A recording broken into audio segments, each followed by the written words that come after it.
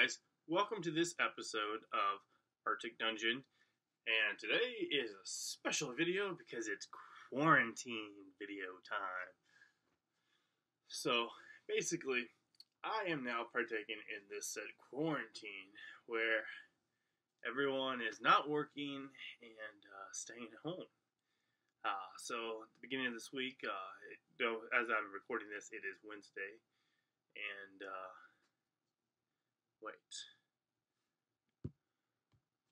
Let me check real quick. Yes.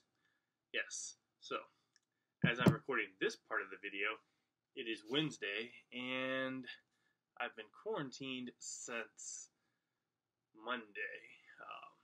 I have not worked since Monday. Friday was my last day at work, so I've been home and doing quarantine things. Essentially watching a lot of YouTube videos about Dungeons and Dragons and crafting. And so this video is a response to the Bardcraft video about making dungeon tiles out of cardboard. And so I made some dungeon tiles out of cardboard. Which is funny because I still have to finish my dungeon tiles out of XPS foam. As you can see, I need to paint these suckers, and I have not. But I saw the video from Bardcraft, saw that they looked easy to make, and I thought, hey, I can knock these out in a day and pop up a video and do a special little quarantine video thing. And so that's my attempt to do. I'm going to attempt to try to make a video every day for the quarantine stuff. As it turns out, this one took 2 days to do because I have kids. So Monday we played Dungeons and Dragons, which was very interesting because I was getting tired of playing online. So I played with my family, and that's going to be a completely different video because let me tell you how fun it is to play Dungeons and Dragons with a 7 and a 5-year-old. And then I made these dungeon tiles.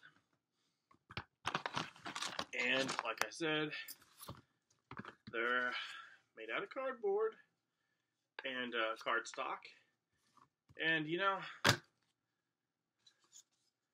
I'm really surprised at how dense and hefty these are. I wasn't expecting that. The XPS is half an inch thick. These are, of course, way thinner. I have to guess, I haven't worked since Friday, so I'm just guessing here, but I'm thinking this looks to be about 3/16 thick in thickness, 1/8 to 3/16. I wouldn't say anymore. Oops, I just dropped it, and it's still in one piece. And these suckers are pretty stout. I'm surprised. There's not that much warpage. And I put some figurines on them, and they worked just great. And like I said, I am actually really surprised at how some of these turned out. And you know, because it's quarantine, for fun, I had my kids paint some. I did all the Mod Podge, but they did the dry brushing on 3 of them. My kid, my 2 oldest kids, the 7 and the 5-year-old, plus the girl that my wife babysits. Yeah, like I said, I thought this would be quick and easy. Like I said, it took 2 days, mainly because of kids. You can have an agenda, and they have a completely different agenda. Yeah, I did various sizes, you know. I got a big room, and you can add these all together and make bigger rooms too. I got like a hallway type deal. I got a whole bunch of these 3x3s. These are awesome. And then I got 2 4x4s. And I got 3 of these 1x2s. And there's just so much that you can do with these. I think they're cool.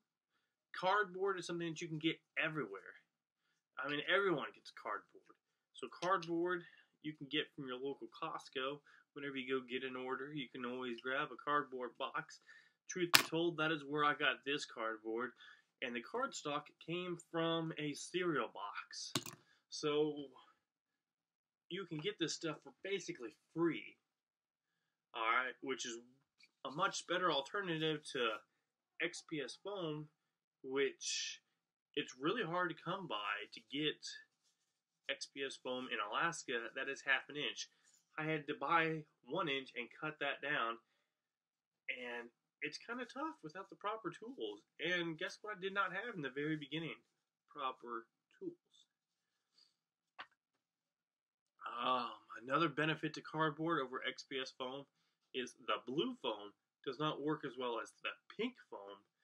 And I have not yet made any out of the pink foam because this is my test run, and I just realized before saying this next sentence that I have not made dungeon tiles yet to keep for myself. I have an ultimate dungeon terrain that I'm keeping for myself, a disc made out of the blue tile, out of the blue foam. But I don't have dungeon tiles that I'm going to keep. Like these, as soon as I finish them, I'm going to give to friends. And then these dungeon tiles that I have made, I'm going to give this whole stack of dungeon tiles to my friend Ra in Arizona. Merry Christmas in the springtime. Belated Easter, maybe? Who knows? Or maybe I'll just fill up the box with a whole bunch of terrain and send his way. Because he's a cool guy. So, yeah, these are a great gift item, you know. If you're watching this video in December, that's cool. You can make these for Christmas. Give them to your dungeon master, and he'll love you forever. Or you can make them for yourself. Or if you're looking for an alternative to use to play with kids. I'm not going to keep these. I don't have a use for them because my ultimate goal is to have not really nice pink XPS foam tiles. These I did just to pass the time for quarantine. And because I thought they'd be a lot simpler. So in this video, I'm going to show you the steps that I took to make these. Alright, so here, there's the materials I'm using. Cardstock, I got a ruler, I got a knife, hot glue, pencil, cardboard, and then I go instantly to measuring out the pieces of the cardboard. I want to get a straight edge. So I start off with that, cleaning it up, getting a straight edge. From that straight edge, that's where I'm going to use to measure it. And so I'm using the knife and the ruler for that step. Really simple, easy to do. Pretty much anyone can do this. Don't need a whole lot of fancy tools for this, like I said. A lot of it is really just a knife and a ruler, straight edge cardboard. You can use any type of glue. Bardcraft used PVA glue. I used hot glue just because I have a lot more hot glue, and I am using the PVA glue for my castle. And so I have a lot of hot glue, and I was able to use that to get rid of that stuff.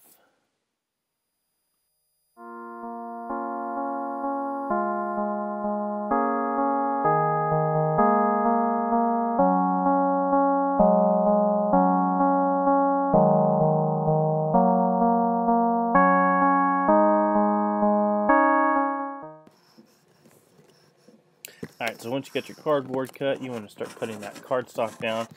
I learned the hard way that if you want to have your squares, your grid to be a 1 by 1 inch, not to do it 1 by 1 because then everything gets flushed and you don't get the nice edges that you want when you want to do your dry brushing. So after making the first tile, I realized that the hard way, and so I just took it down slightly less than 1 inch. So I varied it between 3/4 and just slightly less than 1 inch, and that ended up working out great for me. And really simple and really easy to do. Just measure the card strips out into strips, and then once they're all in the strips, you can just take a couple one at a time and mark the dimensions that you want, anywhere between 3/4 and an inch. I found that works great, like I said. And then you just draw your lines, and then once you do that, you take a couple and use the one that you marked up on top, and you are able to use the scissors, and you can cut like 3 to 4 at a time, and that speeds up the process a lot. I tried using a knife and it didn't quite work out, as you see here, and so I just instantly went back to the scissors, because the scissors is the way to go. And I didn't think about the scissors till I got into this, and so I had to go grab them. But get some scissors as well. And then once you get done cutting everything, you can lay everything out on the table and see how everything is going to look, and you can start gluing. Like I said, there's many glues you can use, PVA or hot glue. I chose hot glue, one because of the speed it takes to form a bond, and also I just had a lot more hot glue that I wasn't quite using, which I had something for the PVA glue, so I'm saving up the PVA glue for that. And hot glue worked just great.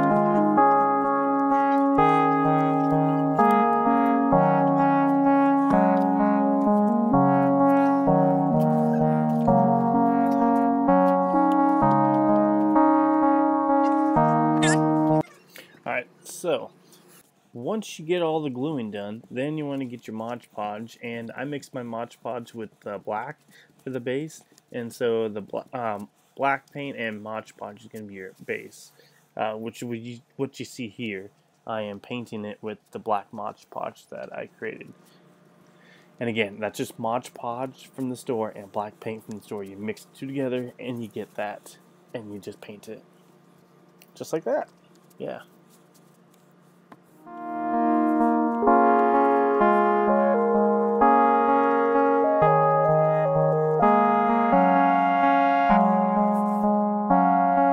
After you've painted it with the Mod Podge, then you do the dry brushing, and you want to pick a couple different colors. I picked a brown, gray, and a white for my dry brushing. And essentially, to do the dry brushing, you get a little bit of paint and you put it on a paper towel until there's basically nothing left on that, and then you just knock it down like that I did.